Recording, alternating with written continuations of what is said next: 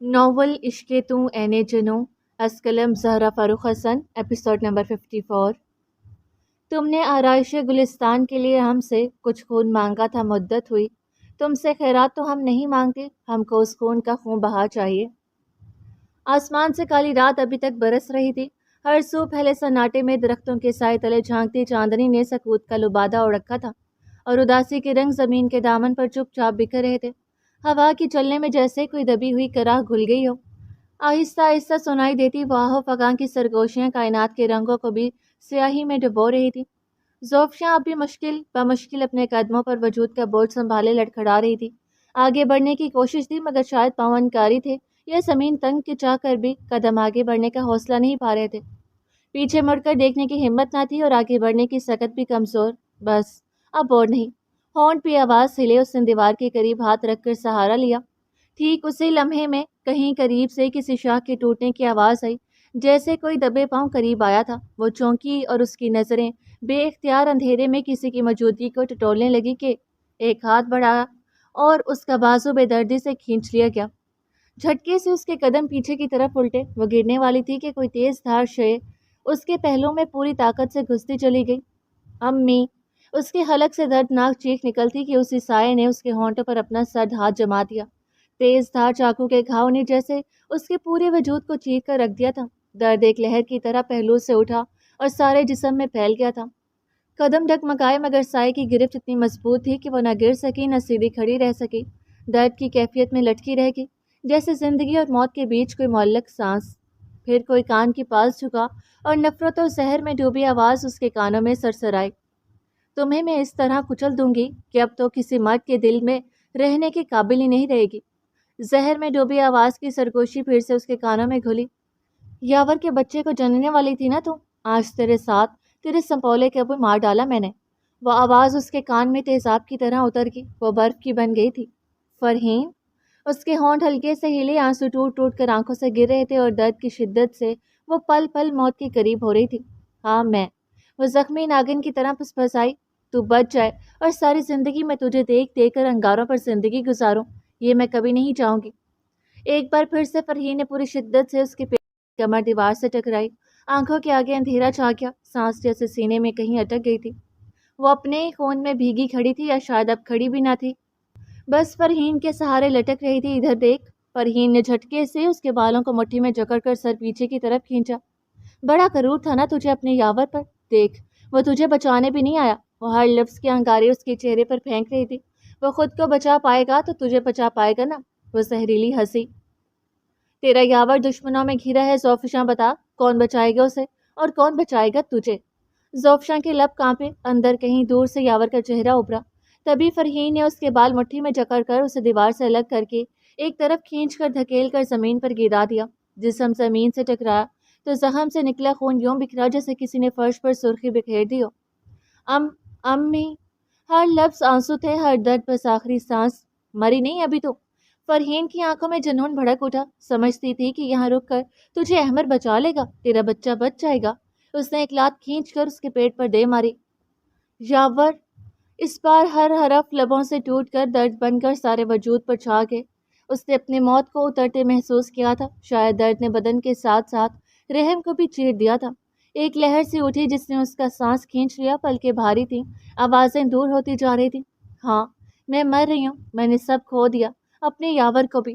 یہ خیال پہلی بار مکمل صورت میں اس کے ذہن میں ابھرا۔ پھر ایک دوسرا خیال، یاور کا بچہ۔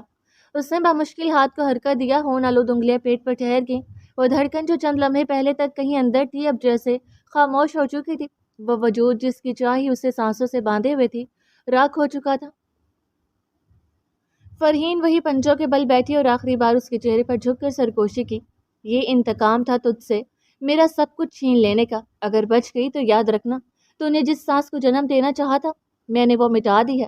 وہ چاقو سے لتڑے ہاتھ کے ساتھ اس کے چہرے کی طرف دوبارہ جھپٹتی ہی تھی کہ اچانک دور سے ہلچل کی آواز اٹھی۔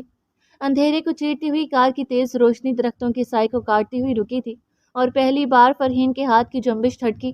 وہ جھٹکے سے سیدھی ہوئی گردن موڑ کر گیٹ کی طرف دیکھا، پھر جیسے آنکھیں حلقوں سے باہر نکل آئیں۔ زوفشاں! یاور کی آواز نے فضا کے ہر کونے کو چیر کر رکھ دیا۔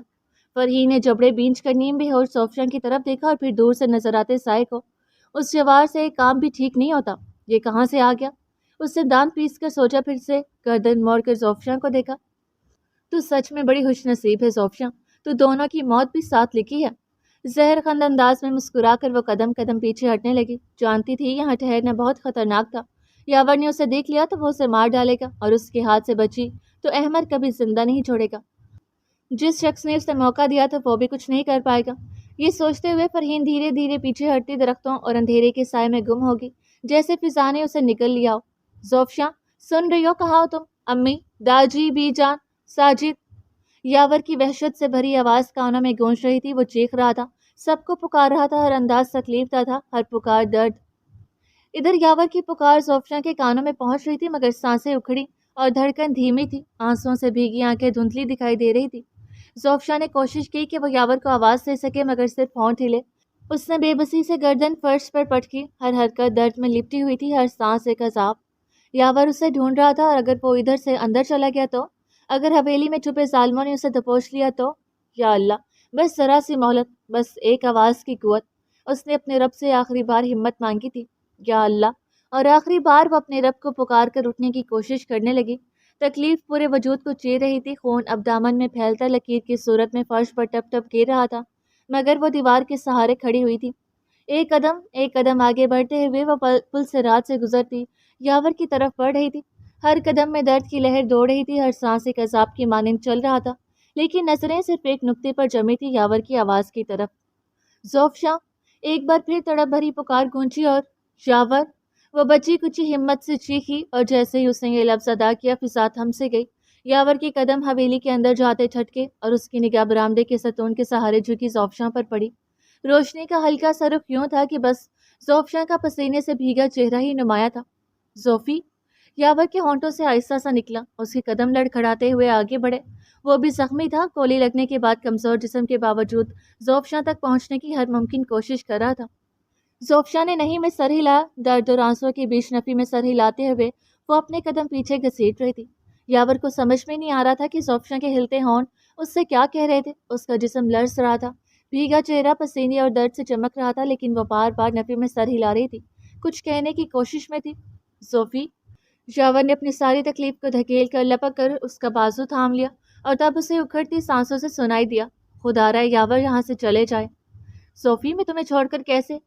اس کے جملے ادھورے رہ گئے جب اس یاور کے خون سے سن گئے ہاتھ لرزنے لگے. بے یقین نگاہیں زوفشان کے چہرے پر پتھرا گئیں.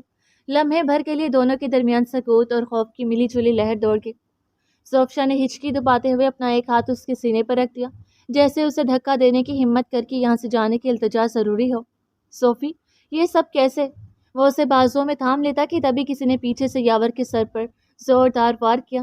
یاور ایک کراہ کے ساتھ جھکا. درد کی لہر پورے جسم میں دوڑ گئی. قدم لڑکھڑائے، لیکن وہ پھر بھی فوراً اپنے حواس سنبھالنے کی کوشش کرنے لگا. یاور! زوفشان کی ڈوبتی ہوئی آواز کانوں میں گونجی. یاور نے ایک لمحے کے لیے زمین کی طرف جھک کر خون اور درد کو محسوس کیا. دل میں خوف اور غصہ ایک ساتھ ابل رہا تھا. ہر دھڑکن میں صرف ایک مقصد تھا، زوفشان اور خود کی حفاظت. یاور نے چکراتے سر کے باوجود بھی خود کو سنبھالا اور فوراً حملہ آور کی طرف مڑا. اندھیرے میں دھندلے سائے کے بیچ وہ پہچان گیا. احمد تھا، وہی ظالم و سفاک جس نے آج رات اس کے خاندان کو تباہ کر دیا تھا. احمد، میں تجھے زندہ نہیں چھوڑوں گا، وہ زخمی شیر کی طرح دھاڑا. اور میں تجھے. احمد نے بھی قدم بڑھایا، مگر یاور نے اسے آگے بڑھنے نہیں دیا. پہلا وار کیا تو یاور نے گھٹنے کے بل جھک کر خود کو بچایا تھا، پھر ایک زوردار دھکا دے کر اسے پیچھے دھکیل دیا. آج تو کسی بھی صورت میں بچ نہیں سکتا یاور حسن، تیری موت میرے ہاتھ ہی لکھی ہے. احمد کی آنکھوں میں غصہ اور خون ایک ساتھ جھلک پڑے. اپنی موت سے پہلے میں تجھے یہی زندہ کاٹ دوں گا. اس بار یاور کا پڑنے والا مکہ اتنا زبردست تھا کہ احمد کی پشت دیوار سے جا لگی تھی. احمد لڑکھڑایا ضرور، مگر گرتے گرتے خود کو سنبھال کر وحشی نظروں سے یاور کو گھورنے لگا. دونوں کے درمیان بس چند قدم کا فاصلہ تھا، مگر فضا ان کے درمیان درندہ صرف نفرت سے بھری ہوئی تھی. یاور کے ہاتھ پر ابھی تک زوفشان کے خون کی سرخی چمک رہی تھی، اور احمد کے قدموں تلے اس کا اپنے ہی بچھایا ہوا جال اسے جکڑ رہا تھا. تم آج اس حویلی سے زندہ نہیں جاؤ گے. یاور نے چڑھی ہوئی سانسوں اور سرخ آنکھوں میں بھری آگ کے ساتھ قدم آگے بڑھایا. اس کی پیشانی سے بہتا خون آنکھوں میں اتر رہا تھا، مگر اسے کوئی پرواہ نہیں تھی. آج نہیں، آج صرف تمہارا خاتمہ ہوگا۔ احمد نے کمینی مسکراہٹ کے ساتھ ہاتھ میں چھپا خنجر اوپر اٹھایا۔ یاور نے زوفشا کی طرف ایک پل کو دیکھا، اس کی نیم بے ہوش حالت، لہوں میں بھیگا دامن اور ہلکی چلتی سانسیں یاور کے حواسوں میں آگ بن کر دوڑی۔ اس کے اندر کا سارا درد اب ہتھیار بن چکا تھا۔ احمد نے ایک لمحے میں اس کے سر کے چاقو سے پہلا وار کیا تھا۔ یاور کے بازو پر چاقو پہ بس ہوا، خون ابل پڑا مگر وہ پیچھے نہیں ہٹا۔ اس نے لمحے بھر میں احمد کی کلائی دبوچ کر مروڑ دی، ہڈی کے ٹکرانے کی آواز سناٹے میں چپ کر پھیلی۔ یہ تیرے لیے نہیں، زوفی کے لیے۔ یاور نے غصے سے دانت پیس کر اس کی کلائی جھٹکی تو خنجر زمین پر جا گرا۔ احمد نے جھٹکے سے پیر اٹھا کر یاور کے زخم پر لات رسید کرنے کی کوشش کی مگر وہ پہلے ہی اس کی چال بھانپ چکا تھا۔ اس نے پلٹ کر اس کا گریبان پکڑا، پوری قوت سے اسے دیوار سے دے مارا۔ تاریکی میں اینٹوں کے چٹکنے کی آواز آئی اور احمد کے منہ سے کراہ نکل گئی۔ آج تو حساب دے گا، ہر آنسو، ہر زخم، ہر دھوکے کا، ہر خون، ہر درد کا۔ یاور کی آواز میں انگارے تھے اور آنکھوں میں لہو۔ یاور نے احمد کا گریبان دبوچا اور مکہ اس کے جبڑے پر دے مارا۔ احمد چیخ کر زمین سے ٹکرایا، اس کے ہونٹوں سے خون بہہ نکلا۔ یاور نے جھک کر خنجر اٹھایا۔ یہ تیرا انجام ہے احمد۔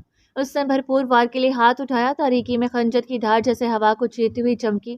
اچانک ٹھا، گولی چلنے کی زوردار آواز نے سناٹے کو چیر کر رکھ دیا۔ یاور کا جسم ایک جھٹکے سے پیچھے کو ڈگمگایا، آنکھوں میں شدید حیرت اور درد کی لہر دوڑی، جیسے کسی نے اندر سے اسے کاٹ ڈالا ہو۔ اگلے ہی لمحے اس کی پوچھ سے گرم خون لگا۔ وہ گھٹنوں کے بل جھکا، سانس رکی، دیوار سے لگ کر بیٹھی زوفشا کی نظریں دھندلائیں۔ ہر آس آج بے موت مر رہی تھی۔ یہ سفر بھی اس طرح ختم ہونا تھا، یہ کیسا تکلیف تھا۔ ادھر زمین پر گرے احمد نے گہری سانس بھر کر پیچھے دیکھا۔ اندھیرے میں جو سایہ ابھرا تھا اس کی صفاکی کسی اور ہی درجے کی تھی۔ قدموں کی آہٹ کے ساتھ وہ ہاتھ میں لی ہوئی بندوق تھامے سامنے آیا۔ روشنی کی ہلکی چمک نے اس کا چہرہ واضح کیا۔ سعید ملک، وہی آدمی، وہی سایہ، جو دشمن تھا مگر راست کی طرح، جو خون کا رشتہ بھی تھا اور عداوت کی سب سے بھیانک شکل بھی۔ یاور کی آنکھوں میں درد کے ساتھ حیرت اور بے یقینی سیلاب کی طرح ابھری، ہونٹوں سے بس کراہ کر نکلا، سعید۔ سعید ملک کی آنکھوں میں ذرا برابر پشیمانی نہ تھی۔ وہ قریب آ کر بولا، ہاں میں کیا کروں میر یاور، آج تو نے مجبور کر دیا سامنے آنے کو۔ اس کی آنکھوں کی خباثت فضا کو اور بھی وحشی کر رہی تھی۔ تم کیوں؟ یاور کی آنکھوں میں شل سا تاثر تھا۔ میں ہی تو ہوں سب کچھ، اور یہ دوسری گولی ہماری دشمنی کی شروعات کے لیے۔ اس نے پلکوں کو خم دیا، ہاتھ لمبا کیا اور بندوق کی نال سے ایک بار پھر شعلہ بلند ہوا۔ اس بار گولی سینے میں جا دھنسی۔ یاور کا زخمی جسم لڑکھڑایا مگر وہ اب بھی زمین پر نہیں گرا۔ اس کے سینے سے بہتا لہو قمیص بھگو رہا تھا مگر اس کی مٹھی اب بھی خنجر تھامے ہوئے تھی۔ احمد جو ابھی تک اپنی سانسیں بحال کر رہا تھا، وہ جبڑے بھینچے ہوئے اسے دیکھ رہا تھا۔ نہ ہمدردی نہ افسوس مگر ایک ہلکا سا درد ضرور تھا۔ زوفشا نے قریب سے ایک مدھم سسکی کے ساتھ یاور کا نام لیا، یاور، مگر اس بار یاور کی آنکھوں میں دھندلا پن چھا رہا تھا۔ اندھیری کی خاموشی میں صرف چند وجود تھے، ایک زخمی روح، ایک دھوکہ کھایا وجود، ایک گرا ہوا مجرم اور ایک زہریلا تیر انداز جو ابھی نقاب سے باہر آیا تھا۔ یاور کے قدم لڑکھڑائے مگر اس نے خنجر پر گرفت مضبوط رکھی۔ سینے اور پوچھ سے بہتا خون شرٹ کو بھگو چکا تھا مگر آنکھیں ابھی بھی سعید ملک کے چہرے پر جمی تھی۔ ادھر زوفشا نے کانپتے ہاتھوں سے دیوار کا سہارا لے کر خود کو گھسیٹا۔ اس کے پہلو پر لگا سہم اب پہلے سے زیادہ درد دے رہا تھا مگر درد سے زیادہ تکلیف اس منظر کی تھی جو اس کی آنکھوں کے سامنے تھا۔ وہ نیم جھکی حالت میں یاور تک بڑھنے کی کوشش کرنے لگی۔ ہاتھ کپ کپا رہے تھے، سانسیں ٹوٹی ہوئی تھی، ہر دھڑکن بس ڈوبنے والی تھی۔ ہونٹوں سے ایک مدھم پکار نکل کر خاموشی کو چیر گئی، یاور چلے جاؤ۔ یاور نے اس آواز کو اپنی نیم بوجھی سماعت میں محسوس کیا مگر نگاہیں سعید پر جمی رہیں۔ اس نے زخموں سے چور جسم کو جیسے آخری بار تیار کیا اور خنجر کو دونوں ہاتھوں سے تھام کر قدم آگے بڑھایا۔ وہ فاصلہ شاید ناممکن تھا مگر ہمت اب بھی موجود تھی۔ مجھے معلوم ہے تم ایسے نہیں مرو گے یاور حسن، تیرے ارادے نے میرے ہر جال کو توڑ دیا تو۔ جملہ ادھورا چھوڑ کر سعید ملک ایک قدم آگے آیا، بندوق اس کے ہاتھ میں بالکل سیدھی تھی، آنکھوں میں وہی برف جتنا سکون، وہی شفاق زہر جو برسوں دب کر اب باہر آیا تھا۔ یاور نے آخری ہمت کے ساتھ خنجر اٹھایا، جسم لڑکھڑایا مگر حوصلے نے ساتھ نہ چھوڑا۔ وہ بس ایک قدم کے فاصلے پر تھا کہ ٹھا، تیسری گولی کی آواز نے لمحے کو ساکت کر دیا۔ گولی سینے یاور کے دھڑ کو ایک زور کا جھٹکا لگا، سانس سینے میں اٹکی، اس کے ہاتھ سے خنجر چھوٹ کر زمین سے جا ٹکرایا۔ یاور کے گھٹنے ٹوٹ کر زمین سے لگے مگر وہ گرا نہیں۔ ایک لہجے کو اس نے اوپر دیکھا، زوفشا کی طرف، جیسے اسے یاد کرنا چاہتا ہو یا شاید آخری بار اس کا چہرہ اپنے اندر محفوظ کرنا چاہتا ہو۔ زوفشا کے گھٹنوں نے جواب دیا پر وہ رینگتی رینگتی اس تک آ پہنچی تھی۔ اس کے لرزتے ہاتھوں نے یاور کو تھاما اور یاور کی پلکیں بند ہو گئی تھی، آنکھوں میں درد کم اور سکون زیادہ تھا۔ اس نے بمشکل ہونٹ ہلائے، آواز خون سے تر تھی۔ زوفشاں۔ درد کی آخری لہر اس کے جسم سے گزری، چہرے پر ہلکی سی تھکن بھری مسکراہٹ ابھری، جیسے وہ اپنے حصے کی جنگ پوری کر چکا ہو۔ پھر سر زوفشاں کی گود میں ڈھلتا چلا گیا۔ اندھیرے اور خون کے سناٹے میں زوفشاں نے یاور کے سینے پر اپنا سر ٹیک دیا۔ اس کا جسم کانپ رہا تھا، لیکن آنکھیں آہستہ آہستہ مدھم ہو رہی تھی۔ اس نے یاور کے بازو کو اپنی انگلیوں میں تھاما، ایسا لگ رہا تھا جیسے وہ آخری لمحے میں اپنی محبت، اپنی وفا اور اپنی حفاظت کو منتقل کر رہی ہو۔ اس کے ہونٹوں سے صرف ایک مدھم سا سرگوشی نما لفظ نکلا، یاور۔ پھر دونوں کی لاشیں ایک دوسرے کے قریب، ایک ہی درد، ایک ہی محبت، ایک ہی خاموشی کے ساتھ رک گئیں، جیسے کہ وقت نے بھی اس لمحے کو تھام لیا ہو۔ احمد زمین پر بیٹھا، لب بھینچے، آنکھیں سرخ لہو رنگ، کچھ بھی کہنے سے قاصر۔ اس کے دل میں غصہ تھا، خوف تھا، اور سب سے زیادہ ایک خاموش تڑپ جو اب ساری زندگی اسے عذاب دیتی رہے گی۔ سعید ملک نے ایک قدم پیچھے ہٹ کر دونوں پر نگاہ ڈالی۔ اس کے چہرے پر نہ خوف تھا، نہ پشیمانی، صرف سرد صفاقی۔ اس نے بندوق نیچے کی اور دھیرے سے کہا، کیا رومانٹک موت ہے نا احمد؟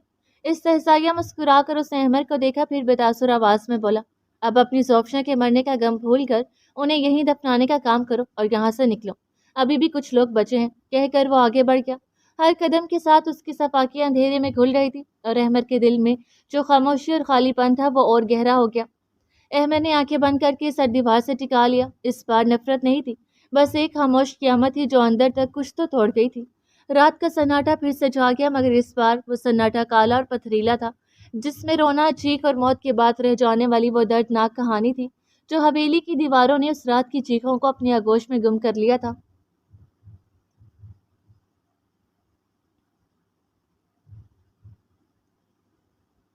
پتوں کی طرح مجھے بکھیرتا تھا زمانہ، ایک شخص نے یکجا کیا اور آگ لگا دی۔ رات اپنی پوری سیاہی کے ساتھ اتری ہوئی تھی، آسمان پر چاند کہیں بادلوں کی اوٹ میں چھپا بیٹھا تھا، جیسے اسے بھی اس خاموشی میں سرگوشی کرنے سے ڈر لگ رہا ہو۔ چاروں طرف سناٹا ایسا تھا کہ اپنی ہی سانسوں کی آواز بھی اجنبی لگنے لگی۔ ایسی ہی رات میں طاہا اپنی کار سے نیچے اترا۔ سامنے کھڑی سعید منزل اپنی پوری شان و شوکت کے ساتھ روشنیوں میں نہائی ہوئی تھی، مگر طاہا کو اس جگمگاہٹ میں بھی ایک بے نام سی ویرانی دکھائی دے رہی تھی۔ بڑے دروازے تک جانے والی سنگی سیڑھیوں پر لائٹس کی تیز روشنی پڑ رہی تھی، لیکن اس روشنی میں بھی اندھیرے کے سائے سانپوں کی طرح بل کھاتے محسوس ہوتے تھے۔ خاموشی اتنی گہری تھی کہ اس کے قدموں کی چاپ خود اسے چونکا رہی تھی۔ گارڈز اپنی جگہ موجود تھے، کسی نے اسے روکنے کی کوشش نہیں کی، مگر ان کے ہاتھوں میں گنز تیار تھی، بس حکم کی دیر تھی اور ہر طرف گولیاں ہوگی۔ طاہا نے گہری سانس لی اور اس کے ایک پل کے لیے سر اٹھا کر عمارت کے بلند ستونوں کو دیکھا۔ یہ وہی گھر تھا جہاں کبھی کہکے گونجتے تھے، جہاں رشتے لفظوں کے محتاج نہ تھے، جہاں ایک دھڑکنیں دوسرے دل کو خبر دے دیا کرتی تھی، لیکن آج سب کچھ جیسے خاموش دیواروں میں قید ہو کر رہ گیا تھا۔ اس نے جیب سے موبائل نکالا، وقت دیکھا، پھر نظر اٹھا کر سعید منزل کے بند دروازے کی طرف۔ وہ جانتا تھا اس رات کے ساتھ کچھ ہونے والا ہے، کچھ ایسا جو یا تو سب بدل دے گا یا سب کچھ مزید اندھیرے میں دھکیل دے گا۔ اس نے گہری سانس بھری اور آہستہ آہستہ اندر کی سمت بڑھنے لگا۔ ہر قدم بھاری تھا مگر مضبوطی سے اٹھ رہا تھا۔ پھر وہ لیونگ میں داخل ہوا تھا۔ صوفوں پر سب بیٹھے تھے، احمد، فرحین اور نادیہ، گردنیں اٹھی ہوئیں اور چہرے پر مکاریاں۔ اسے تنہا اندر آتے دیکھ کر احمد کے ہونٹوں پر استحزائیہ مسکراہٹ کھلی تھی۔ مجھے معلوم تھا تم اکیلے ہی آؤ گے۔ اس نے ٹانگ پر ٹانگ رکھ کر ٹیک لگا کر سد نظروں سے طاہا کو دیکھا۔ کچھ ایسے ہی تاثرات فرحین اور نادیہ کے چہروں پر بھی تھے۔ میں تو سمجھ رہا تھا تمہیں میری بھانجی سے نہیں تو آنے والے بچے سے اتنی محبت تو ضرور ہوگی کہ ایک بار ضرور اس کے بارے میں سوچو گے۔ احمد کی سرد آواز جیسے لیونگ کی فضا کو کاٹ رہی تھی۔ میں کبھی آستین کا سانپ نہیں بن سکتا احمد چودھری، اپنے بچے کی زندگی کے لیے میں یوشی سے خیانت نہیں کروں گا۔ طاہا نے مضبوط لہجے میں کہا، مگر آواز میں ایک ٹھنڈک تھی۔ واہ، خیانت، سانپ؟ احمد نے ہنسی ضبط کرتے ہوئے سر ہلایا۔ کیا وفاداری ہے، مگر یہ باتیں اب کہنے کا کیا فائدہ؟ جس کھیل میں تم کود چکے ہو یہاں تمہیں وفادار کم اور شکاری زیادہ ملے گے۔ طاہا کی آنکھوں میں ہنوز وہی کار تھی۔ میں یہاں اپنے بارے میں سوچ کر نہیں آیا ہوں، یہ سب میر خاندان کے خون ہے احمد۔ فرحین بے نیازی سے بالوں کی لٹ انگلی میں لپیٹتے ہوئے بولی، انہیں سبق سکھانے کے لیے دلیل نہیں وار چاہیے ہوتا ہے۔ آنکھوں میں چنگاری اور لبوں پر مسکراہٹ۔ طاہا نے گردن ہلائی۔ کیا ویسا ہی وار جیسا تم نے زوفشاں پر کیا تھا؟ اس کی چپتی ہوئی شل نگاہوں نے فرحین کو اندر تک کاٹ دیا۔ لمحے بھر کو چہرہ پک ہو گیا۔ کیا بکواس کر رہے ہو تم؟ وہ غصے سے دھاڑ کر اپنی جگہ سے اٹھ کھڑی ہوئی، چہرہ تمتما گیا تھا۔ احمد نے آنکھیں چھوٹی کر کے نادیہ کی طرف دیکھا۔ تو وہ تیزی سے نگاہیں پھیر گئی، مگر اس کے چہرے پر گھبراہٹ صاف تھی۔ احمد نے جبڑے تان کر پھر فرحین کی طرف دیکھا تھا۔ ادھر فرحین کی طرف دیکھتے ہوئے توحا کے لبوں پر طنز ابھرا۔ بات کا رخ مت موڑیں فرحین ملک، زوفشاں کا قاتل اس رات ضرور چھپ گیا تھا مگر آج نہیں بچ سکتا۔ وہ ذرا دیر کے لیے رکا۔ اس رات انہیں احمد کے کسی آدمی نے غلطی سے نہیں مارا تھا، بلکہ سوچی سمجھی پلاننگ کے ساتھ ایک نفرت میں جلتی عورت نے اسے بڑی بے رحمی سے قتل کر دیا تھا۔ صرف انہیں نہیں، اس کی آنکھیں سرخ ہونے لگیں، ان کے بچے کو بھی جو ابھی چند ماہ کی سانسیں بھی لے رہا تھا۔ فرحین کے نتنے پھڑکے، اس نے تیزی سے سانس اندر کھینچی اور گرائی۔ تمہارے الزامات کو یہاں کوئی نہیں مانے گا توحا، میں کیوں زوفشاں کو نقصان پہنچاؤں گی؟ روانی میں بول کر فرحین بری طرح پچھتائی تھی۔ سختی سے آنکھیں بند کر کے انہوں نے مٹھی کس لی۔ احمد کے جبڑے سختی سے تننے لگے تھے اور توحا ایک قدم آگے بڑھا۔ اس کی آنکھیں اب خنجر کی طرح تیز تھیں۔ میں نے عورت کا ذکر کیا تھا فرحین ملک کا نہیں۔ کیا ثبوت ہے اور میرے پاس کیا وجہ تھی؟ فرحین نے اعتماد بحال کرنے کی کوشش کرتے ہوئے غصے سے بگڑ کر کہا، وجہ یہ ہے کہ اس رات وہ احمد کی وجہ سے بچ جاتی اور تمہارا انتقام ادھورا رہ جاتا، اور تمہارے ساتھ۔ اس نے لمحے بھر کو نادیہ کی طرف دیکھا، یہ بھی شامل تھی جو آج تک اسی راز کو چھپانے کے لیے تم سے پیسے لیتی آئی ہیں۔ نادیہ کی رنگت سفید پڑ گئی، اس کے ہاتھ ایک دوسرے میں جکڑ گئے۔ احمد کے چہرے کا رنگ سرخ ہو گیا تھا۔ احمد یہ جھوٹ بول رہے ہمارے بیچ، خاموش ہو جاؤ۔ وہ ایک دم سے چیخا، تم دونوں کی وجہ سے میں نے ہمیشہ نقصان اٹھایا، تم دونوں کی وجہ سے میں یاور سے ہارا، لیکن اب نہیں، اب تم۔ اس سے اپنے پینٹ کی جیب میں ہاتھ ڈالا اور لمحوں میں بندوق اس کے ہاتھ میں چمکی تھی۔ فرحین اور نادیہ کے چہرے پر موت کی سیاہی پھیلی اور توحا تنزیہ مسکراتا ہوا سینے پر بازو باندھ کر کھڑا ہو گیا تھا۔ احمد، تم اپنے ہوش میں نہیں ہو۔ فرحین نے کانپتی آواز کو مضبوط کرنے کی ناکام کوشش کی مگر اس کا جسم لرز رہا تھا۔ نادیہ ایک قدم پیچھے کھڑی حواس باختہ تھی۔ ہوش؟ احمد کی آنکھوں میں انگارے جھلک اٹھے تھے۔ ہوش سے تم لوگوں نے کبھی آنے نہ دیا، تم دونوں نے مجھے بس استعمال کیا، دھوکہ دیا، اور اب حساب برابر ہوگا۔ اس نے بندوق سیدھی کی تو نادیہ کے ہونٹوں سے دبی ہوئی چیخ پھوٹ پڑی، پر فرحین کے حواس ابھی بھی قابو میں تھے۔ اگر گولی چلانی ہے تو چلا دو، مگر یاد رکھو اس کے بعد نہ تمہارے پاس بچاؤ کا کوئی راستہ بچے گا، نہ حیات تمہیں ملے گی۔ انہوں نے اپنی آواز میں لرزش چھپانے کی کوشش کی تھی۔ نادیہ کی آواز پھٹی ہوئی سی نکلی، ہم نے تمہیں دھوکہ نہیں دیا احمد، ہمارے بغیر تم حیات تک نہیں پہنچ سکتے تھے، تم خود جانتے ہو اس بڈھے کی وجہ سے حیات کی شادی تم سے نہیں ہو سکی تھی۔ احمد کی سانسیں بھاری ہو چکی تھی اور ہر لمحے اس کی آنکھوں کی سرخی اور بڑھتی جا رہی تھی۔ حیات تو تمہاری کبھی نہ ہوگی احمد چودھری، توحا نے طنز سے بھرپور انداز میں کہا۔ اگر اسے تمہارا بنانا ہوتا تو بہت پہلے ہی یہ دونوں کوشش کرتی، مگر ان دونوں نے اپنے مفاد کے لیے تمہیں صرف استعمال کیا ہے، صرف استعمال۔ فرحین اس بار چیخی، احمد تم سمجھ نہیں رہے، یہ تمہیں اپنے جال میں پھنسا رہے تاکہ تم ہمیں مار دو اور اس کا کام آسان ہو جائے۔ احمد، ہم نے رات دن کوشش کی کہ حیات تمہاری بنے مگر قاصد حسن کی وصیت نے ہمیں مجبور کر دیا۔ وہ دونوں ایک دوسرے کی نکاح میں تھے تو کیسے تم سے اس کی شادی ہوتی؟ احمد نے نادیہ کی بات پر تھوڑی دیر کے لیے آنکھیں بند کر لی، جیسے اندر کہیں کوئی پرانی یاد سلگ اٹھی ہو، مگر اگلے ہی لمحے اس کی نظروں کا قہر دوبارہ زندہ ہو گیا۔ بندوق کی نال دوبارہ سیدھی ہوئی، اس بار نشانہ بدل چکا تھا، توحا کی سمت۔ بس ایک پل اس کے چہرے کا رنگ بدلا، پھر چہرہ پتھریلا ہو گیا۔ مجھے مارنے کا تمہیں کوئی فائدہ نہیں ملنا احمد، میرے فیصلے میرے ہیں، تم میں سے کوئی بھی مجھے بہکا نہیں سکتا، اس بار میں صرف اپنا فائدہ دیکھوں گا۔ اس کے لہجے میں ایسی شفاق سرد مہری تھی کہ فضا میں سانس لینا دشوار ہو گیا۔ توحا اب بھی مضبوطی سے کھڑا تھا۔ ٹھیک ہے، گولی چلا دو، لیکن اس کے بعد جو کھیل شروع ہوگا اس میں تم بھی زندہ۔ اس نے جان بوجھ کر جملہ ادھورا چھوڑا تاکہ ہر لفظ احمد کے سینے میں تیر کی طرح لگے۔ میں تم سب کو زندہ نہیں چھوڑوں گا، وہ زخمی شیر کی طرح گرایا۔ آنکھوں کی سرخ لکیریں اوپر آئیں۔ توحا نے آہستگی سے قدم بڑھایا مگر اس کی نظریں پل بھر کو بھی اس کے چہرے سے نہیں ہٹی۔ اگر ہمت ہے تو چلا گولی، اس کی آنکھوں میں چیلنج تھا۔ میں تم سب کو مار ڈالوں گا۔ اس کی گرفت بندوق پر اتنی سخت ہو گئی کہ ہاتھوں کی رگیں اوپر آئی تھی۔ تو چلا گولی، میں مرا تو اس کے بعد دیکھنے یہاں کوئی بھی زندہ نہیں بچے گا۔ توحا اس کی آنکھوں میں آنکھیں ڈال کر بے خوفی سے بولا، میں جانتی ہوں احمد، یہ یہاں کچھ نہ کچھ پلان کر کے آیا، ہمارے بیچ پھوٹ ڈلوا کر اپنا مقصد حاصل کرنا چاہتا ہے۔ فرحین جبڑے تانے ہوئے توحا کی طرف دیکھ رہی تھی۔ ابھی احمد کچھ کہتا کہ باہر سے شور بلند ہوا تھا، گرنے پڑنے کی آوازیں، بلند چیخیں، اور پھر وہ آوازیں نزدیک ہونے لگیں۔ بس مجھے اتنی ہی مہلت چاہیے تھی۔ توحا عجیب سا مسکرایا، تمہارا خاتمہ کرنے والا آ گیا احمد چودھری، اب دکھا اپنی گنڈا گردی۔ سینے پر بازو باندھ کر تمسخر سے ان تینوں کو دیکھ رہا تھا۔ فرحین اور نادیہ کے چہرے پر اضطراب کی جھلک تھی اور احمد کی گرفت بندوق پر کس چکی تھی۔ وہ گھوما بندوق والا ہاتھ لمبا کیا، لیکن اب نشانہ تو آہا نہیں تھا، بلکہ نشانہ اب دروازے کے رخ پر تھا، اور پھر دروازے سے وہ اندر آیا تھا۔ سب نے اس کی جانب دیکھا۔ میر یوشی یاور حسن، جس کا چہرہ جیسے پتھر کا بنا تھا، آنکھوں میں جلتے شعلوں کا طوفان، فرحین کے چہرے پر گھبراہٹ پھیل گئی تھی۔ آجا تو بھی، مجھے تیرا ہی انتظار تھا۔ بندوق کا نشانہ تانتے ہوئے احمد سحر خان صاحب مسکرایا، پھر وہ گولی چلاتا کہ اگلے ہی لمحے توہا نے پھرتی سے حرکت کی۔ اس نے اپنی بائیں ٹانگ سے احمد کے ہاتھ پر زور سے ٹھوکر ماری۔ بندوق احمد کے ہاتھ سے پھسل کر فرش پر جا گری۔ کمرے میں ایک سناٹا سا چھا گیا۔ بندوق جب فرش پر گری تو سب کے دل ایک بار کے لیے رک سے گئے۔ احمد کچھ لمحوں کے لیے ہکا بکا رہ گیا، پھر غصے اور جھنجھلاہٹ کے ملے جلے احساس سے اس کے چہرے کا رنگ بدل گیا۔ وہ جھپٹ کر گن اٹھا لیتا کہ یوشی نے بغیر کسی دیر کے قدم بڑھائے اور بندوق اپنے قدموں کے نیچے رکھ لی، مگر اس کی سرد نظریں احمد پر ٹکی تھی۔ اس کھیل کو کس حد تک لے جاؤ کہ احمد چودھری؟ اس کی آواز برف جیسی سرد تھی۔ میں ہر حد توڑ کر تیرا خاتمہ کرنے پہنچ جاؤں گا۔ احمد سیدھا ہوا، پھر سر جھٹکا اور پھر ہنستا چلا گیا۔ اس کی ہنسی نے فضا میں عجیب سی وحشت گھول دی تھی۔ بڑا افسوس ہوتا ہے تجھ پر مجھے یوشی سائد۔ او نو نو، اس نے رک کر گردن نفی میں ہلائی۔ تو میر حویلی کا وارث ہے، یاور حسن کے اولاد ہے نا؟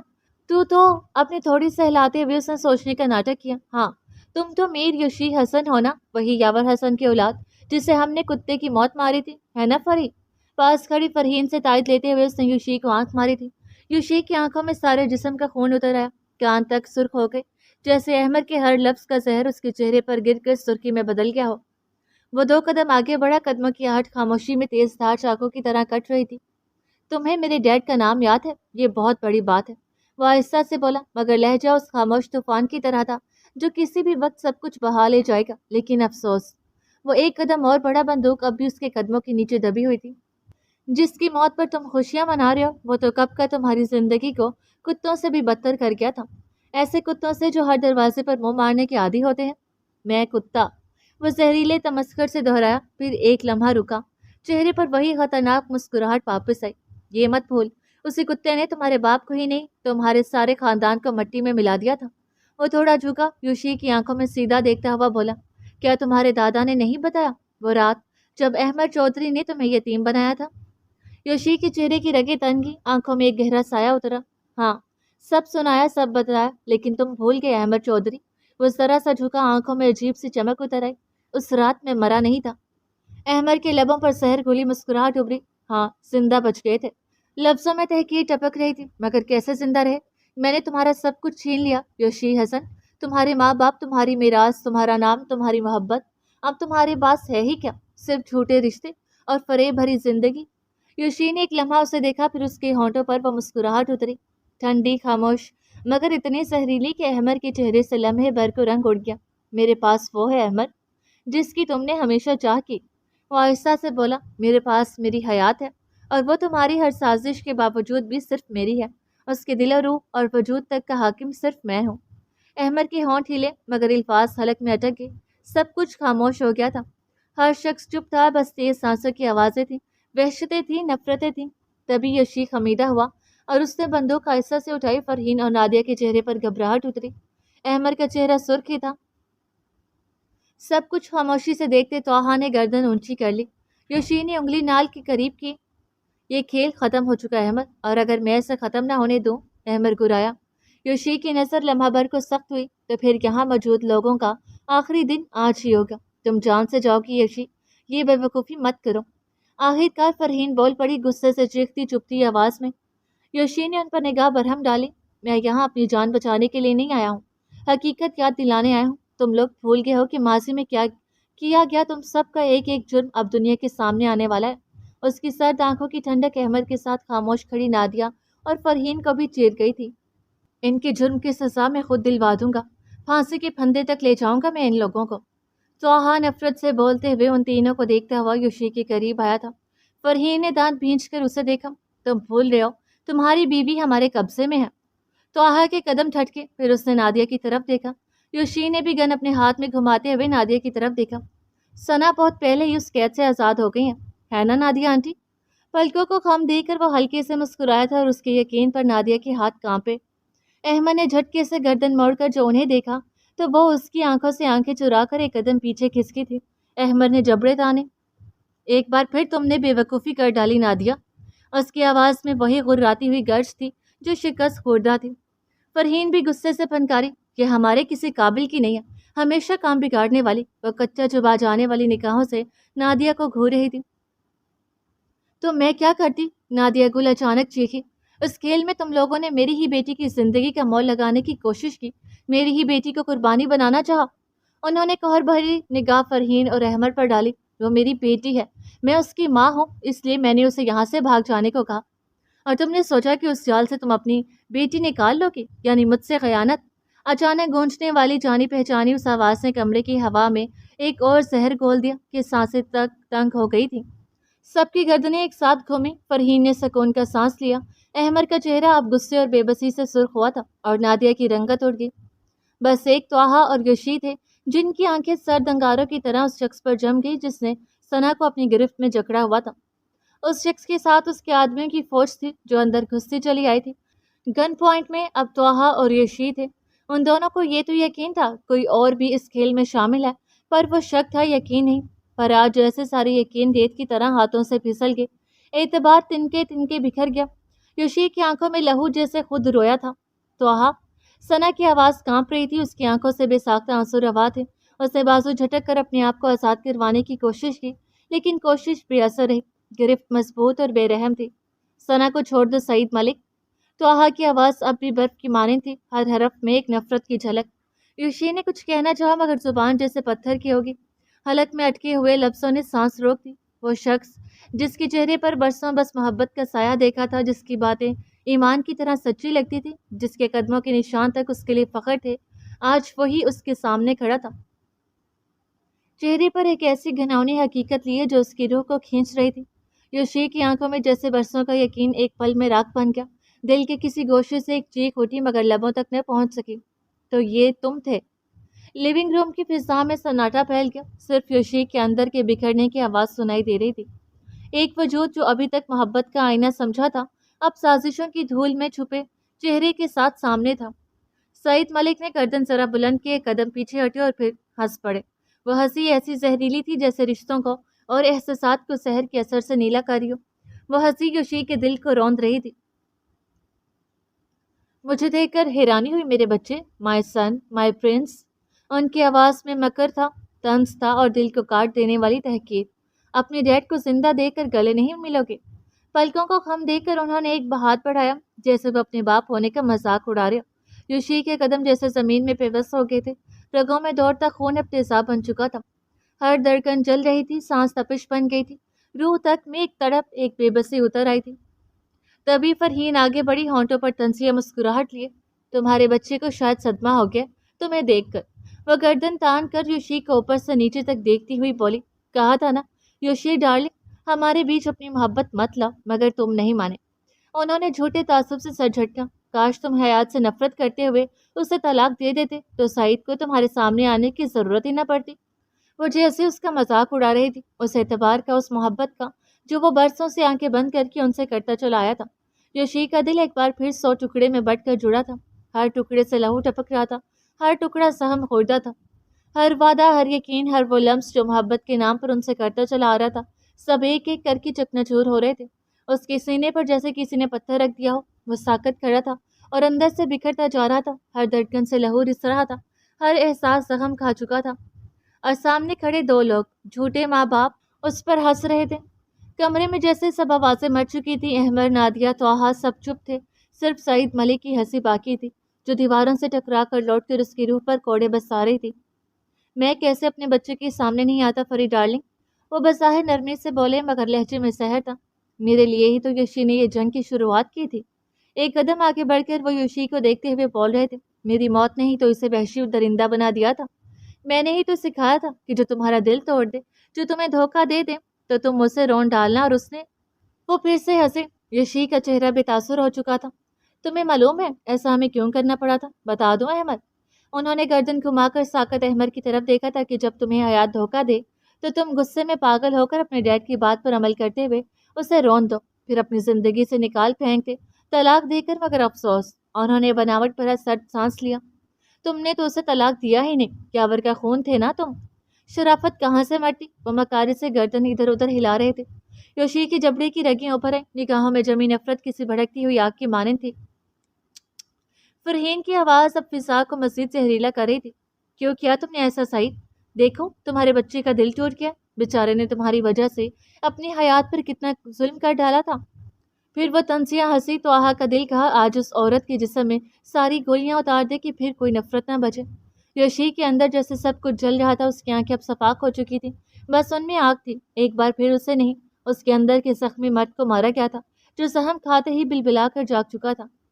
تم، آخر کار وہ بولا، تم لوگ میری محبت کا مذاق اڑاتے ہوئے یہ بھول رہے ہو جس شخص کو تم نے محبت سے ڈسا ہے اسی زہر سے وہ تم دونوں کو تباہ کر دے گا۔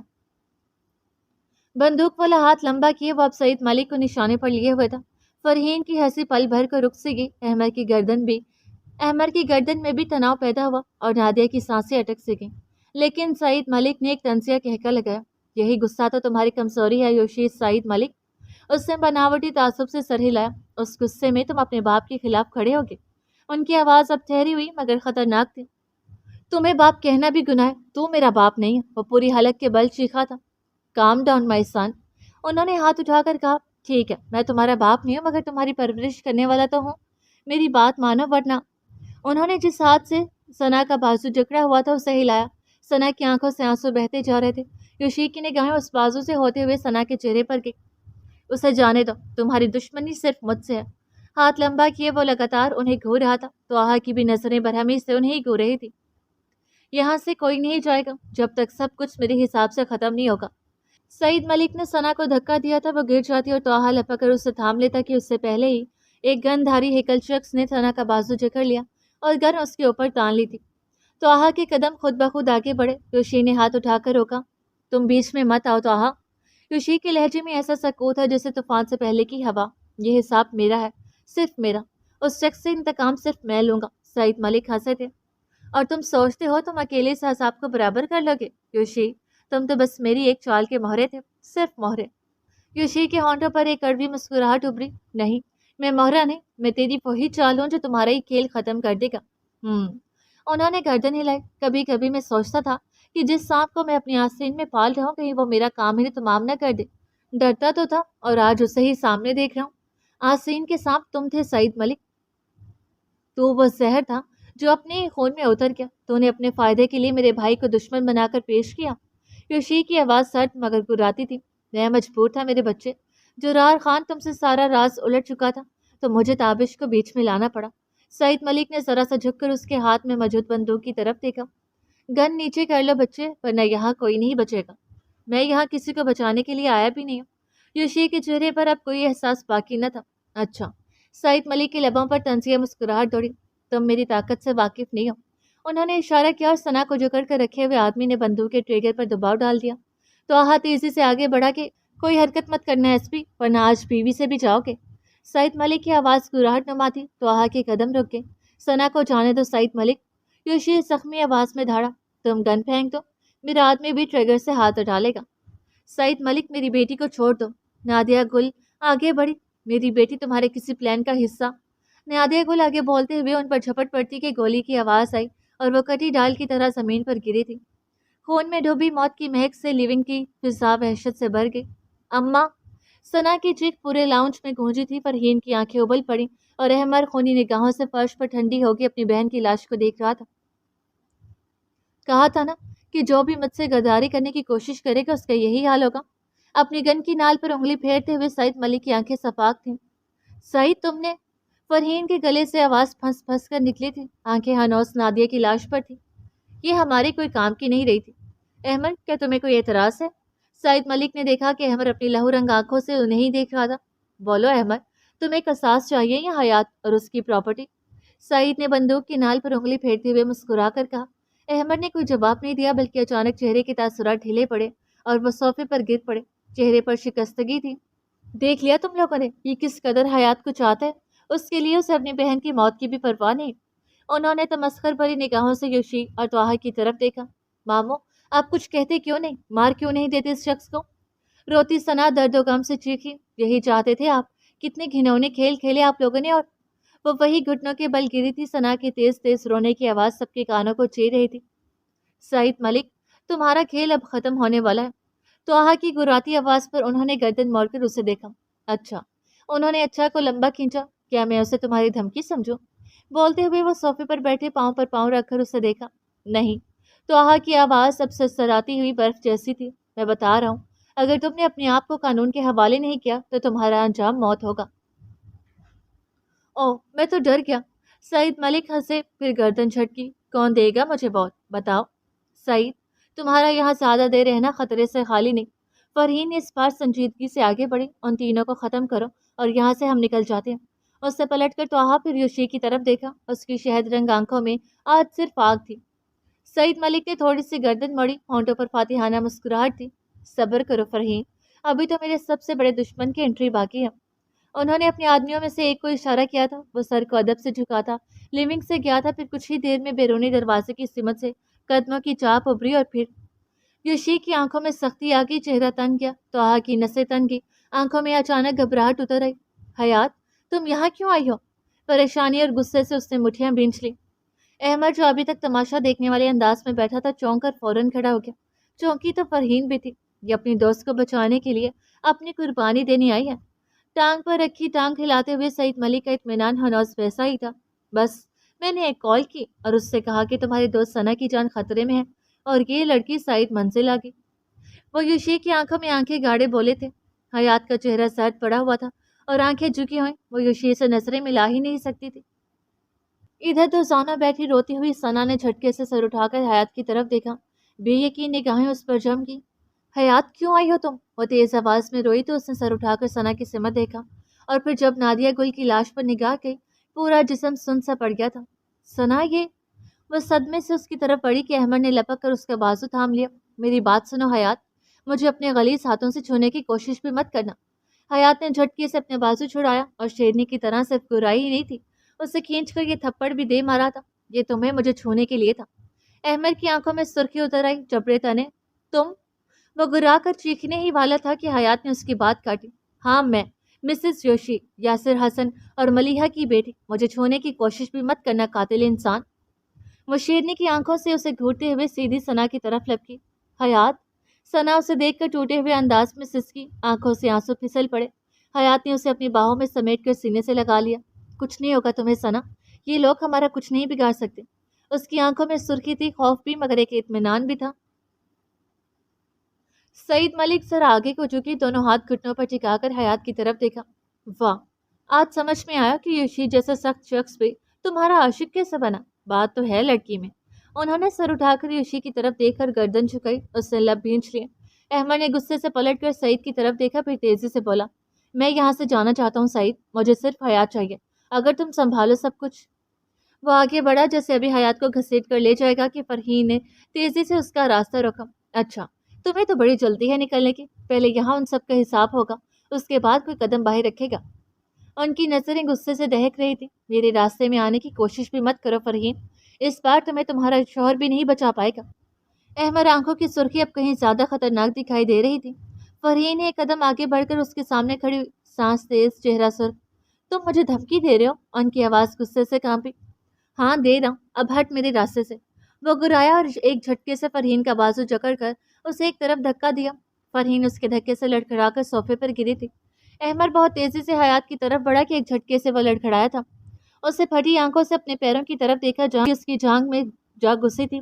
درد سے لب بھینچ کر اس نے گولی چلانے والی کی طرف دیکھا، یوشی کا نشانہ اس کی طرف تھا۔ حیات کی طرف ایک قدم بھی بڑھایا تو اگلی گولی تیرے سینے میں ہوگی۔ یوشی کی آواز لیونگ میں گونجی اور ہر طرف سناٹا چھا گیا۔ حیات نم آنکھوں سے اسے دیکھ رہی تھی۔ فرحین نے تیزی سے سعید ملک کی طرف دیکھا، مگر اس نے فی الحال چپ رہنے کا اشارہ دیا۔ تم… احمد لڑکھڑا کر سیدھا ہوا۔ تم سمجھتے ہو کہ گولی مارنے سے تم نے مجھے مات دے دی؟ اپنی ٹانگ سیدھی رکھ کر اس نے حیات کی طرف دیکھا۔ تم جانتی ہو نا، تم نے مجھے دھوکہ دیا، میری محبت ٹھکرائی اور میں نے بہت برداشت کر لیا، مگر اب نہیں۔ اس نے گھوم کر سعید ملک کی طرف دیکھا۔ تم کیا کرتے ہو سعید؟ مجھے کچھ لینا دینا نہیں، مگر مجھے یہ لڑکی زندہ سلامت اپنے قبضے میں چاہیے۔ سعید ملک نے ہلکے سے شانے اچکا کر ٹھنڈے لہجے میں کہا، احمد، جذبات میں آ کر قدم نہ اٹھاؤ، سب کچھ میرے حکم سے ہوگا۔ سب کچھ تمہارے حکم سے ہوگا؟ تم ہو کون؟ احمد دان پیستے ہوئے چیخا، تمہیں میں نے باس بنایا تھا، میں نے، صرف اس لیے کہ اس سارے کھیل میں میرا نام نہیں خراب ہو۔ مجھے عزت اور شرافت کی زندگی چاہیے تھی، تمہیں نہیں۔ اس کی آواز میں گراہٹ کے ساتھ سرد پن بھی کھل گیا تھا۔ یوشی اور توہا نے ایک دوسرے کو دیکھا، پھر آنکھوں ہی آنکھوں میں اشارے کیے تھے۔ پلان میرا تھا احمد، تو باس بھی میں ہوں، تم صرف میرے حکم کے پابند ہو۔ سعید ملک نے ایک لمحے کے لیے احمد کو گھورتے ہوئے کہا، آج یہاں فیصلہ میری مرضی سے ہوگا اور تمہارا وقت ختم ہو چکا ہے۔ تم سوچتے ہو تم مجھے قابو کر سکتے ہو؟ میں وہ ہوں جو اپنے خون سے کھیل سیکھا ہے۔ جھکنا میری فطرت میں نہیں۔ وہ ایک دم سے پر اسرار انداز میں مسکرایا اور اس نے ایک آدمی کو اشارہ دیا تھا۔ پل بھر میں جیسے پلک جھپکی اور لمحوں میں سعید منزل کی عمارت میں جیسے زلزلہ آ گیا۔ دوڑتے قدموں کی گونج، گولیوں کی آوازیں بلند چیخیں، اور پھر لائٹس چلی تو منظر بدل چکا تھا اور بس ایک گونج نے سانسیں تنگ کر دی، تم دونوں بھی گنز پھینک دو ورنہ آج اس لڑکی کا کام تمام کر دوں گا۔ احمد کے ہاتھ میں اب بندوق تھی اور حیات اس کے قبضے میں تھی۔ ایک بازو اس کی گردن میں ڈالے اور بندوق کا نشانہ اس کے سر پر۔ حیات کا چہرہ دھلے لٹھے کی مانند سفید پڑ چکا تھا۔ ماموں، ثنا کے لب کانپ رہے تھے، صدمے نے اسے چور کر دیا تھا۔ احمد، یوشی نے جبڑے تان کر کہا تو آہا کی آنکھیں بھی سرخ تھیں۔ دھوکے باز! فرحین چیخ اٹھی۔ بندوق کی نالی پر اب سعید ملک اور فرحین کی گردنیں بھی تھیں۔ جوش کو ٹھنڈا کر لو میرے پرانے دوستوں، احمد نے خباثت سے کہا۔ بہت خوار ہوا ہوں میں، لیکن اب نہیں۔ ذلیل انسان، میں جانتی تھی کہ تو ایک دن ہمیں بھی ڈس لے گا۔ فرحین کا پورا چہرہ سرخ ہو رہا تھا۔ احمد نے ایک اونچا کہکا لگایا، پھر ایک دم سے چپ ہو کر بولا، تیری جیسے ناگن کو ڈسنے کے لیے میں ایسا بنا ہوں، اور تیرے انجام تک بھی میں ہی تجھے پہنچاؤں گا۔ اس نے حیات کے سر پر تانی ہوئی بندوق کا رخ موڑا اور پھر سے ایک شعلہ لپکا اور گولی سیدھی فرحین کا بے جان جسم وہیں فرش پر دھڑام کی آواز کے ساتھ گرا، اور ایک بار پھر لیونگ روم میں لہو میں ڈوبی کافوری مہک نے سب کے جسم شل سے کر ڈالے تھے۔ احمد، یہ میں نے سوچ چکا ہے تیرا، زوفشاں اور نادیہ کا۔ اس کی آنکھیں صفاق اور بے رحم تھی۔ یہ دشمنی تمہیں مہنگی پڑے گی۔ سعید ملک کا لہجہ ٹھنڈا تھا مگر آنکھیں شعلہ ور تھیں۔ اتنا بھڑک کیوں رہے ہو سعید؟ یہ تو تیری بھی وفادار نہیں تھی۔ کیوں یوشی؟ ایسا ہی ہے نا؟ اس نے استہزائیہ مسکراہٹ سے بولتے ہوئے یوشی کی طرف بھی دیکھا جس کی نگاہیں فرحین کی لاش پر تھی۔ کیا یہی انجام ہونا تھا ان کا؟ ظالم کی موت ظالم کے ہاتھوں ہی لکھی ہوئی تھی۔ احمد، یہ کھیل جو تم کھیل رہے ہو نا، اس کا انجام بہت برا ہوگا۔ سعید ملک کی گراہٹ ایک بار پھر پھیلی۔ تمہاری دشمنی اور تمہارا کھیل ختم ہوا ملک صاحب۔ وہ تنفر سے مسکرایا، مجھے تمہارے ساتھ یہیں تک آنا تھا، اب نہ مجھے جائیداد چاہیے نہ تم سب کا ساتھ، کیونکہ رک کر وہ گھناؤنی ہنسی ہنسا، کیونکہ تم سب کے مرتے ہی کوئی بچنے ہی نہیں والا اس حصے داری میں، بس وہ بڈھا قاصد حسن بچے گا جسے تو میں بعد میں ہی مار دوں گا۔ وہ خباثت سے بول رہا تھا اور حیات کی آنکھوں سے آنسو گر رہے تھے۔ یاد رکھنا احمد، اگر میں یہاں سے بچ گیا تو پھر تیرے لاش کے ٹکڑے ٹکڑے کر دوں گا۔ یوشی کی نگاہیں آگ سی اس کے چہرے پر جمی تھی۔ احمد کی آنکھوں میں وہی خطرناک چمک تھی، مگر وہ ہلکے سے مسکرایا۔ اچھا خیال ہے یوشی، مگر تم جانتے ہو اب تمہیں اس کا موقع نہیں ملنے والا۔ اس نے گردن گھمائی، ختم کر دو سب کو۔ اپنے آدمیوں کو اس نے اشارہ دیا تھا۔ ایک بار پھر بندوقیں اٹھی مگر وہاں گونجنے والی آواز نے منظر کا رخ موڑ دیا تھا۔ کہیں دور سے آنے والی خوفناک آوازیں اور پھر پولیس سائرن۔ بندوقیں اٹھیں، سانسیں جیسے تھم گئی۔ منٹوں میں کھیل کا رخ بدل چکا تھا۔ سعید ملک اپنے بچے کچھ آدمیوں کے ساتھ باہر نکلنے کے لیے پیچھے والے دروازے کی طرف لپکے کہ احمد نے اشارہ کیا۔ رائفلیں چلی، ایک جھٹکے کے ساتھ سب کچھ الٹ گیا۔ حیات نے اچانک چیخ کر احمد کے بازو پر اپنے دان کاٹ دیے تھے۔ گرفت ڈھیلی ہوئی اور بندوق نیچے گری۔ تم! بہت تیزی سے جھک کر اس نے بندوق اٹھا کر حیات پر نشانہ تانا تھا کہ یوشی نے بپھرے ہوئے شیر کی طرح جھپٹ کر اس پر وار کیا تھا۔ احمد لڑکھڑا کر وہیں منہ کے بل گرا، پھر یوشی کا قہر اس پر اترا پڑا تھا۔ وہ جنونیت سے اسے مارے جا رہا تھا۔ یوشی، اب بس کرو۔ توہا نے بپھرے ہوئے یوشی کا بازو تھامنا چاہا۔ اسے قانون سزا دے گا، تم قاتل نہیں بن سکتے۔ یوشی کی سانسیں تیز تھیں، جیسے ہر سانس کے اس کا غصہ باہر ابل رہا تھا۔ اس کے ہاتھ خون سے تر تھے اور آنکھوں میں وحشت تھی۔ احمد نیم مردہ زمین پر پڑا تھا، ہونٹوں سے ٹوٹتی سانسیں اور چہرے پر زخم۔ میں اسے زندہ نہیں چھوڑوں گا۔ اس نے ایک لات اس کے سینے پر ماری اور بندوق تان لی تھی۔ نہیں یوشی، تم قاتل نہیں بن سکتے۔ اس نے بپھرے ہوئے یوشی کا بازو کھینچا، مگر اس پر تو جنون سوار تھا۔ میں اسے زندہ نہیں چھوڑوں گا۔ وہ ایک بار پھر احمد پر ٹوٹ پڑتا کہ توہا نے دو آفیسر کو اشارہ کیا اور وہ لوگ اسے جکڑ کر پیچھے کھینچنے لگے۔ چھوڑ دو مجھے مسٹر یوشی، خود پر کنٹرول کرے، قانون اپنے ہاتھ میں مت لیں۔ اس بار کمشنر بھی آگے بڑھا تھا۔ چاہے مجھے پھانسی ہو جائے مگر میں اسے مار ڈالوں گا۔ خود کو چھڑوانے کی کوشش کرتے ہوئے وہ چیخا، میرے لیے یہ کام مت کرو یوشی۔ تابش نے اس کا بازو تھاما تو وہ یوں ساکت ہوا جیسے کسی نے اس کی آنکھ پر ٹھنڈا پانی ڈال دیا۔ زخمی نگاہیں تابش کے تھکے اور شکستہ چہرے پر جمی تھی۔ ہم دونوں کے لیے یہ لمحہ عذاب ہے یوشی، مگر ہمارے تقدیروں میں اپنوں کا ہی دھوکہ لکھا تھا۔ ان کی آنکھیں لہو رنگ تھی اور نگاہیں اس طرف جدھر سعید ملک گولیاں لگنے سے بے ہوش تھا یا مردہ، یہ دیکھنے کا ان میں حوصلہ ہی نہیں تھا۔ وہ اندر سے ٹوٹ چکے تھے، بکھر رہے تھے۔ یوشی نے تکلیف بھری ندامت سے سر جھکا لیا تو آہا نے آفیسرز کو اشارہ کیا تو وہ لوگ یوشی کا بازو چھوڑ کر پیچھے ہٹ گئے، اور تبھی احمد کی نگاہ فرش پر گری بندوق پر پڑی تھی۔ پھر اس نے سب کی طرف دیکھا اور ایک طرف ثنا کو تھام کر کھڑی حیات پر، تم میری نہیں تو کسی کی بھی نہیں ہو سکتی، زہریلی انداز میں سوچتے ہوئے اس نے بندوق کی طرف ہاتھ بڑھایا تھا۔ پھر میں تم سے ہار نہیں مان سکتا یوشی یاور حسن۔ اس نے گھوم کر بندوق والا ہاتھ اونچا کیا اور پھر گولی حیات کے سینے میں دھنسی جاتی کہ ثنا نے اسے ایک طرف دھکا دیا تھا۔ گولی ثنا کے پیٹ میں جا دھنسی تھی۔ احمد کا چہرہ ایک دم سفید پڑ گیا، آنکھوں میں صدمہ اور خوف دونوں تھا۔ ثنا! حیات کے ساتھ توہا کی چیخ بھی اسی شور میں گونجی تھی جو دھڑا دھڑ گولیوں کے چلنے کی تھی۔ احمد کے سینے میں پولیس کی گولیاں اترتی چلی گئیں اور وہ وہیں فرش پر الٹتا چلا گیا تھا۔ تابش اور یوشی شوق سے ثنا کو دیکھ رہے تھے۔ توہا لپکا ثنا کی طرف جو اپنا پیٹ پکڑے فرش پر جھکتی جا رہی تھی۔ حیات ثنا کے سر کو اپنے گود میں لیے بیٹھی تھی، اس کے آنسو گالوں پر روانی سے بہہ رہے تھے۔ ثنا آنکھیں کھولو، دیکھو مجھے۔ مگر ثنا کی آنکھوں پر دھند چھا رہی تھی، جیسے زندگی آہستہ آہستہ اس کے جسم سے رخصت ہو رہی ہو۔ یوشی کی نظر جیسے پتھرا گئی، ہاتھ ساکت ہو گئے۔ اس نے خالی نگاہوں سے ارد گرد دیکھا، ٹوٹے رشتے اور ہر طرف پھیلی وحشت۔ زندگی نے یہ دن بھی دکھانا تھا۔ اس کے ہاتھوں سے بندوق پھسل کر زمین پر جا گری۔ وہ آہستہ آہستہ پیچھے ہٹا، آنکھیں بند کی اور ایک گہری تھکی ہوئی سانس لی، جیسے برسوں کا بوجھ اتر گیا ہو مگر نئے زخم دے کر۔ وہ دھیرے دھیرے سیڑھیوں کی طرف بڑھا، اپنا ٹوٹا تھکا ہوا وجود لیے سعید ملک کے بیڈ روم کی سمت۔ نیچے لیونگ میں کب ایمبولینس آئی، کب ثنا کو لے جایا گیا، کب سعید منزل لوگوں کے شور سے خالی ہوگی، اب اسے کسی چیز سے کوئی سروکار نہیں تھا۔ وہ خاموشی سے بیڈ روم میں داخل ہوا۔ یہ وہی کمرہ تھا جہاں اس کی زخمی یادیں ہنستی تھی۔ اس نے آنکھیں بند کی، پھر کھولی۔ سامنے دیوار پر سعید ملک کا بڑا سا پورٹریٹ آویزاں تھا۔ یہی وہ پورٹریٹ تھا جو اس نے محبت اور عقیدت سے یہاں لگوایا تھا۔ سعید ملک کی جھوٹی موت کے بعد بھی یہ کمرہ، یہ دیوار، یہ عکس ویسے ہی تھے جیسے اس روز تھے جب سب کچھ ابھی ٹوٹا نہیں تھا۔ اس کی نگاہیں پورٹریٹ پر ٹھہری رہیں، سعید ملک کے چہرے پر جو اب بھی اپنی مصنوعی مسکراہٹ کے ساتھ یوشی کو جیسے گھور رہے تھے۔ یہ شخص جو اس کی ماں کا چچا زاد بھائی تھا، جس نے صرف حصول دولت کے لیے رشتوں کو پامال کر ڈالا، کتنی بے رحمی سے اس نے سب کی زندگیوں کو اجاڑا تھا۔ یوشی چند لمحے خاموش کھڑا رہا۔ سب ختم ہو گیا سعید، اس کی آواز شکستہ اور بھاری تھی۔ ثنا بھی، تابش بھی، توہا، سب، یہاں تک میں بھی، تمہاری جنگ نے سب کچھ چھین لیا۔ اس کے قدم ڈگمگائے، وہ آگے بڑھا اور میز پر رکھے ایک فریم کو دیکھا۔ اس میں سعید ملک کے ساتھ اس کی اپنی تصویر تھی، دو مسکراتے چہرے، ایک خواب جو اب مٹی میں مل چکا تھا۔ یوشی نے فریم کو اٹھایا، انگلی سے تصویر پر جمی دھول صاف کی، پھر جیسے زبر ٹوٹ گیا۔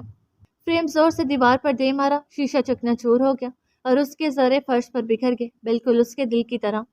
میں نے تم پر یقین کیا تھا، اس کے ہونٹ کانپے، اور تم نے ہمیں صرف استعمال کیا۔ اس نے پورٹریٹ کی طرف دیکھا۔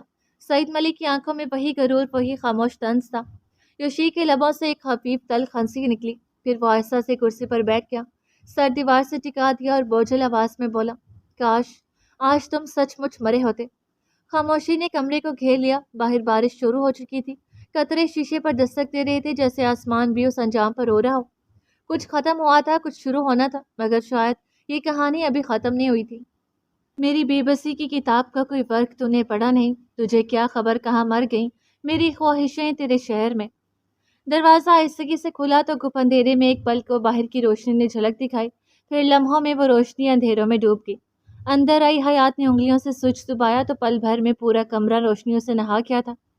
لائٹس آف کر دو حیات، یوشی کی بے تاثر بھاری آواز سے خاموشی کو توڑا تھا۔ حیات نے گردن گھمائی، وہ صوفے پر بازو آنکھوں پر رکھے دراز تھا۔ حیات نے لائٹ بند کیے بغیر قدم آہستگی سے بڑھائے اور صوفے کے قریب آ کر رکی۔ دل عجیب سی تکلیف سے تیزی سے دھڑک رہا تھا۔ یوشی کی حالت نے جیسے اندر تک کوئی رگ چیر دی تھی۔ وہ اب بھی 2 دن پہلے کی بلو شرٹ اور گرے پینٹ میں تھا، شرٹ بے ترتیب سلوٹوں سے بھری ہوئی، آستینیں ذرا سی مڑی ہوئی، گریبان ڈھیلا اور بدن پر تھکن۔ یہ کیسی حالت بنا لی تھی اس نے؟ وہ شخص جو وجاہت، نفاست اور ترتیب کا نمونہ تھا، آج یوں بکھرا ہوا تھا جیسے کسی نے اس کے وجود سے اعتماد نوچ لیا ہو۔ حیات نے آہستگی سے سانس اندر کھینچا، پھر دھیرے سے اس کے برابر گھٹنے موڑ کر نیچے بیٹھ گئی۔ کچھ لمحے وہ بس اسے دیکھتی رہی، جیسے لفظ تلاش کر رہی ہو، جو اس کے زخموں پر مرہم بھی رکھیں اور اس کے اندر کے درد کو ٹھیس بھی نہ پہنچائے۔ یوشی، اس نے بہت ہلکی آواز میں پکارا۔ حیات، میں نے کہا تھا لائٹس آف کر دو۔ اس بار لہجے میں تلخی نہیں تھی، بس ایک خالی پن تھا جیسے روشنی اسے چبھ رہی ہو۔ حیات نے جواباً کوئی حرکت نہ کی، وہ اس کے چہرے پر بازو کی اوٹ کے نیچے چھپی تھکن کو دیکھ رہی تھی۔ قریب پڑی ٹیبل پر موبائل، گھڑی کی چابی اور گھڑی بھی یوں پھینکی پڑی تھی جیسے سب کچھ بے معنی ہو گیا ہو۔ تم ایسے کیوں لیٹے ہو یوشی؟ وہ بولی تو آواز میں نمی چھپانے کی کوشش واضح تھی۔ یوشی نے بازو آنکھوں سے نہ ہٹایا نہ کچھ بولا، بس آنکھوں پر بازو سختی سے جمے رہے تھے۔ حیات نے دھیرے سے ہاتھ بڑھایا اور اس کے بازو کو چھوا۔ یوشی، مجھ سے بات کرو نا، کچھ تو بولو۔ اس کی آواز میں بھیگی ہوئی التجا تھی۔ یوشی کی چپ پھر بھی نہ ٹوٹی، لمحے رینگتے ہوئے گزرتے رہے۔ کمرے میں بس سانسوں کی دھیمی آواز اور خاموشی کی چادر تھی۔ یوشی پلیز، بس ایک بار بات کرو مجھ سے کہو اپنے دکھ۔ گیلی آواز اور مغموم ہوئی تھی۔ یوشی نے آہستگی سے بازو آنکھوں سے ہٹایا، سرخ سوجی آنکھیں، بے ترتیب داڑھی اور چہرے پر سرد مہری۔ حیات کے دل کو کچھ ہوا تھا اسے اس حالت میں دیکھ کر۔ یوشی، لب آہستہ سے ہیلے، آنکھیں نم ہو گئیں۔ ہاں میں ہی ہوں یوشی، یوشی یاور حسن یا یوشی سعید ملک۔ وہ تلخ تلخ سا لہجہ۔ بولو حیات، کیا بدل جائے گا بات کرنے سے؟ مدھم لہجے میں زہر گلا۔ کہاں سے شروع کروں کوئی بات؟ کس سے لڑوں، دنیا سے یا خود سے؟ حیات نے اس کی آواز میں وہ درد محسوس کیا جو شاید جسم سے زیادہ روح کو چیر دینے سے پیدا ہوتا ہے۔ کیا ہوا ہے تمہیں؟ ایسے بات مت کرو۔ وہ ہلکی سی آواز میں بولی، ایسا لگتا تھا جیسے ذرا سی اونچی آواز پر ہچکیاں نکل جائیں گی۔ کچھ نہیں، اس نے تھکی سی آواز میں کہا، بس تھک گیا ہوں خود سے، لوگوں سے، اس ساری دنیا سے۔ وہ پہلی بار اسے واقعی تھکا ہوا نہیں، بکھرا ہوا لگا، ایسا شخص جو مضبوطی کے خول میں رہتے رہتے اندر سے چور ہو گیا۔ حیات نے آہستہ سے اس کا بازو تھاما۔ مجھ سے بھی نہیں کہو گے؟ تب یوشی نے پلکیں اٹھائیں، اس کی آنکھیں سرخ اور نمی سے بھری ہوئی تھیں، جیسے اندر کے سارے زخم باہر جھانک رہے ہوں۔ حیات کا دل جیسے کسی نے مٹھی میں جکڑ لیا۔ یہ حالت کیوں بنا لی ہے یوشی؟ مجھ سے تمہاری یہ حالت برداشت نہیں ہو رہی۔ وہ تڑپ کر بولی اور اس کا چہرہ دونوں ہاتھوں میں تھام لیا۔ یوشی نے لب کاٹے، پھر جیسے کوئی بند ٹوٹ جائے وہ مدھم مگر روٹے لہجے میں بولا، تمہارا یوشی مر گیا حیات؟ اسے جیتے جی مار دیا کیا؟ کوئی کسی کے ساتھ ایسا بھی کرتا ہے جیسا میرے ساتھ ہوا؟ اور جیسے بکھر کر اس کے کاندھے پر سر رکھ گیا تھا۔ حیات نے ضبط کے باوجود بھی اختیار اسے تھام لیا۔ میں ٹوٹ چکا ہوں حیات۔ اس کی بھیگی آواز میں وہ درد تھا جو سیدھا روح سے اٹھتا ہے۔ انہوں نے مجھے زخمی کر ڈالا، میرا اعتماد، میرا غرور، سب ریزہ ریزہ ہو گیا۔ اب کس پر یقین کروں؟ کس سے محبت کروں؟ کس رشتے پر اعتماد کروں؟ الفاظ اس کے گلے میں پھنس رہے تھے۔ میں ساری دنیا سے لڑتا رہا، اس شخص کے لیے جس نے مجھے تعمر دھوکہ دیا۔ میں اپنے بھائی کی آنکھوں میں دیکھنے کے قابل نہیں رہا۔ انہوں نے میرا سر جھکا دیا۔ اب میں خود کو کیسے سزا دوں حیات؟ حیات کے آنسو اندر ہی اندر گر رہے تھے، وہ صرف اسے اپنی نازک باہوں میں مضبوطی سے تھامے ہوئے تھے۔ میں سمجھتا تھا مجھے کوئی دھوکہ نہیں دے سکتا، میں مضبوط ہوں، ناقابل شکست، مجھے کوئی ہرا نہیں سکتا۔ مگر وہ بے بسی سے ہنسا، لیکن آج میں ٹوٹ کر خود اپنے ہی غرور کے ملبے تلے دبا ہوں۔ حیات نے اپنے ہونٹ سختی سے دبا لیے کہ کہیں کوئی سسکی نہ نکل جائے۔ تم جانتی ہو حیات؟ یوشی کا سر اب بھی اس کے کندھے سے لگا تھا اور آواز پہلے سے زیادہ بھاری اور ٹوٹی ہوئی تھی۔ میں نے ساری عمر دو لوگوں کے لیے اپنی ذات کو نچھاور کیا، ایک جسے میں نے اپنا سایہ، اپنا پشت پناہ سمجھتا تھا، اور دوسرا جس کے سہارے سے میں نے جینا سیکھا تھا۔ وہ آہستہ سے ہنسا، مگر ہنسی میں آنسوؤں کا نمک گھلا ہوا تھا۔ حیات کی انگلیاں خاموشی سے اس کے بالوں پر چل رہی تھی۔ پہلے نے میرا بھروسہ بیچا اور دوسرے کے اعتماد کو میں نے خود بیچ دیا۔ میں نے دونوں کے لیے دشمنوں سے لڑتا رہا، مگر مجھے خبر ہی نہ تھی کہ دشمن کہیں باہر نہیں، میرے ہی بازوں سے لپٹے بیٹھے ہیں۔ میں نے خود کو اپنے خون کے دشمنوں کے سامنے بھی نہیں گرنے دیا، مگر جس شخص کے لیے میں نے دنیا سے لڑائیاں مول لی، وہی میرے خون کا پیاسا نکلا۔ ہونٹ کانپی، آنکھوں میں پانی تھر تھر آیا، اس نے سختی سے آنکھیں بند کر لی۔ میں سمجھتا تھا کہ وفا کی قیمت بس وفا ہے، مگر مجھے وہاں لوٹا گیا جہاں میں نے کبھی دشمنی ہوئی نہ تھی۔ حیات نے اس کے بالوں میں آہستہ سے انگلیاں پھیری، نہ وہ بولی نہ ٹوکا، بس خاموشی سے اسے اپنے کمزور وجود کا سہارا دے کر سن رہی تھی۔ تم جانتی ہو میں نے کس پر سب سے زیادہ بھروسہ کیا؟ وہ ہولے سے بولا، سعید ملک پر، جسے بچانے کے لیے میں نے اپنی ساکھ، اپنی عزت اور اپنا آپ بیچ ڈالا۔ وہی میرے غرور کا قاتل نکلا۔ حیات نے آہستہ سے اس کی کمر سہلائی جیسے وہ ٹوٹے اعتماد کو سنبھال رہی ہو۔ اور میرے بھائی؟ اس کے لہجے میں ندامت اور شکست کی ایک لکیر کھینچ لی۔ وہ آنکھوں میں سوال لیے جب کھڑے ہو گئے کہ یوشی تم نے میرے ساتھ کیا کیا؟ تو میرے پاس جواب ہی کوئی نہ ہوگا۔